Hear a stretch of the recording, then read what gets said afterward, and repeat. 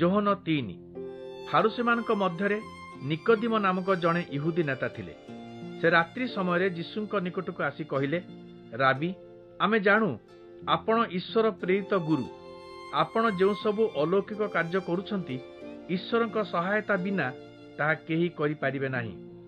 ଯୀଶୁ ତାଙ୍କୁ ଉତ୍ତର ଦେଲେ, ସତ୍ୟ ସତ୍ୟ ମୁଁ ତୁମକୁ କହୁଛି, ପୁନର୍ଜନ୍ମ ନ ହେଲେ କେହି ଈଶ୍ୱରଙ୍କ ରାଜ୍ୟ ଦେଖିପାରିବ ନାହିଁ। ନିକୋଦିମ ପଚାରିଲେ, ଜଣେ ବୟପ୍ରାପ୍ତ ବ୍ୟକ୍ତି ଆଉ ଥରେ କିପରି ଜନ୍ମଗ୍ରହଣ କରିପାରିବ?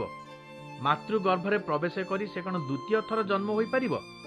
ଯୀଶୁ କହିଲେ, ସତ୍ୟ ସତ୍ୟ ମୁଁ ତୁମକୁ କହୁଛି, ଜଳ ଓ ଆତ୍ମାରୁ ଆଉ ଥରେ ଜନ୍ମ ନ ହେଲେ କେହି ଈଶ୍ୱରଙ୍କ ରାଜ୍ୟରେ ପ୍ରବେଶ କରିପାରିବ ନାହିଁ। ଶରୀରରୁ ଯାହା ଜାତ ତାହା ଶାରୀରିକ, ଆତ୍ମାରୁ ଯାହା ଜାତ ତାହା ଆତ୍ମିକ। ସମସ୍ତଙ୍କୁ ଆଉ ଥରେ ଜନ୍ମ ହେବାକୁ ପଡ଼ିବ ବୋଲି ମୁଁ ଯାହା କହୁଛି, ଏଥିରେ ବିସ୍ମିତ ହୁଅ ନାହିଁ। ପବନ ଯେଉଁଆଡ଼େ ଇଚ୍ଛା ସେଇଆଡ଼େ ବହେ, ତୁମେ କେବଳ ତାର ଶବ୍ଦ ଶୁଣିପାର, କିନ୍ତୁ ତାହା କେଉଁଠାରୁ ଆସିଛି ଓ କେଉଁ ଆଡ଼କୁ ଗତି କରୁଛି କହିପାରିବ ନାହିଁ। ଆତ୍ମାଙ୍କ ଠାରୁ ଜାତ ପ୍ରତ୍ୟେକ ମଧ୍ୟ ସେହିପରି। ନିକୋଦିମ ପଚାରିଲେ, ତାହା କିପରି ସମ୍ଭବ? ଯୀଶୁ ତାଙ୍କୁ କହିଲେ, ତୁମେ ଇସ୍ରାଏଲର ଜଣେ ଗୁରୁ ହୋଇ ଏକଥା ଜାଣିନାହଁ? ସତ୍ୟ ସତ୍ୟ ମୁଁ କହୁଅଛି, ଆମେ ଯାହା ଜାଣୁ ତାହା କହୁ, ଯାହା ଦେଖିଛୁ ତାର ସାକ୍ଷ୍ୟ ଦେଉ, ତଥାପି ତୁମେ କେହି ବିଶ୍ୱାସ କରୁନାହଁ। ମୁଁ ପାର୍ଥିବ ବିଷୟ କହିବା ବେଳେ ତୁମ୍ଭେମାନେ ବିଶ୍ୱାସ କରୁନାହଁ। ସ୍ୱର୍ଗୀୟ କଥା କହିଲେ କିପରି ବିଶ୍ୱାସ କରିବ? ଯେଉଁ ମନୁଷ୍ୟପୁତ୍ର ସ୍ୱର୍ଗରୁ ଅବତରଣ କଲେ, ତାଙ୍କ ବିନା ଆଉ କେହି ସ୍ୱର୍ଗାରୋହଣ କରିନାହିଁ।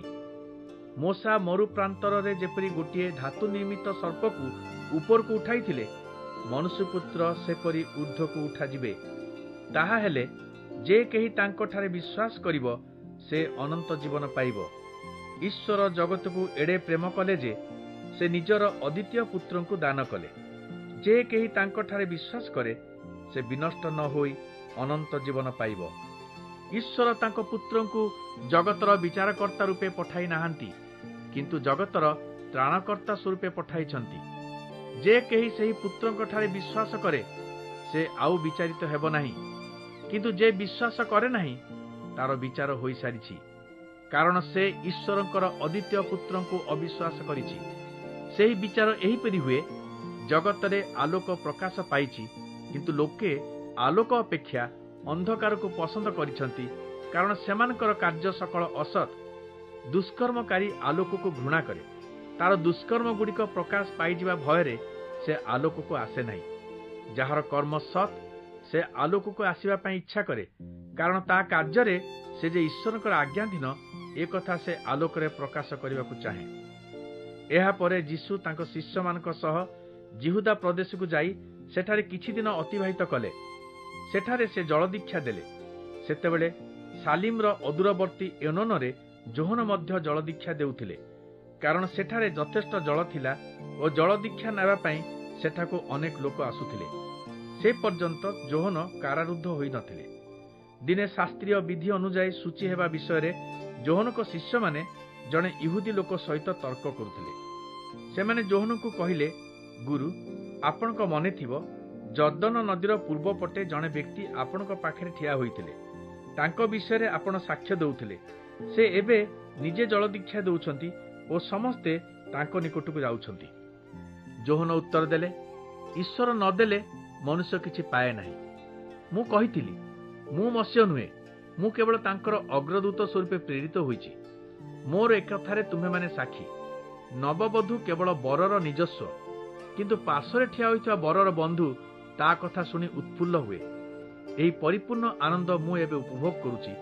ତାଙ୍କର ପ୍ରାଧାନ୍ୟ ବଢ଼ିବ, କିନ୍ତୁ ମୋର ଗୁରୁତ୍ୱ ହ୍ରାସ ପାଇବ। ଯେ ସ୍ୱର୍ଗରୁ ଆଗତ, ସେ ସମସ୍ତଙ୍କ ଠାରୁ ମହାନ। ପୃଥିବୀରୁ ଯେ ଜାତ, ସେ ପାର୍ଥିବ। ସେ କେବଳ ପାର୍ଥିବ ବିଷୟ କହିଥାଏ, କିନ୍ତୁ ଯେ ସ୍ୱର୍ଗରୁ ଆଗତ, ସେ ସମସ୍ତଙ୍କ ଠାରୁ ଊର୍ଦ୍ଧ୍ୱରେ। ସେ ଯାହା ଦେଖିଛନ୍ତି ଓ ଶୁଣିଛନ୍ତି ସେହି ବିଷୟ ପ୍ରକାଶ କରୁଛନ୍ତି, କିନ୍ତୁ ତାଙ୍କ ବାର୍ତ୍ତା କେହି ଗ୍ରହଣ କରୁନାହାନ୍ତି। ଯେ କେହି ତାଙ୍କ ବାର୍ତ୍ତା ଗ୍ରହଣ କରେ, ସେ ଈଶ୍ୱରଙ୍କୁ ସତ୍ୟର ସ୍ୱରୂପ ବୋଲି ସ୍ୱୀକାର କରେ। ଯାହାଙ୍କୁ ଈଶ୍ୱର ପ୍ରେରଣ କରିଛନ୍ତି, ସେ ଈଶ୍ୱରଙ୍କର ବାକ୍ୟ କୁହନ୍ତି, କାରଣ ସେ ଈଶ୍ୱରଙ୍କ ଆତ୍ମାରେ ପରିପୂର୍ଣ୍ଣ। ପିତା ଈଶ୍ୱର ପୁତ୍ରଙ୍କୁ ପ୍ରେମ କରନ୍ତି ଓ ତାଙ୍କଠାରେ ସମସ୍ତ ବିଷୟର କର୍ତ୍ତୃତ୍ୱ ଅର୍ପଣ କରିଛନ୍ତି। ଯେ କେହି ସେହି ପୁତ୍ରଙ୍କଠାରେ ବିଶ୍ୱାସ ସ୍ଥାପନ କରେ ସେ ଅନନ୍ତ ଜୀବନ ପାଇବ।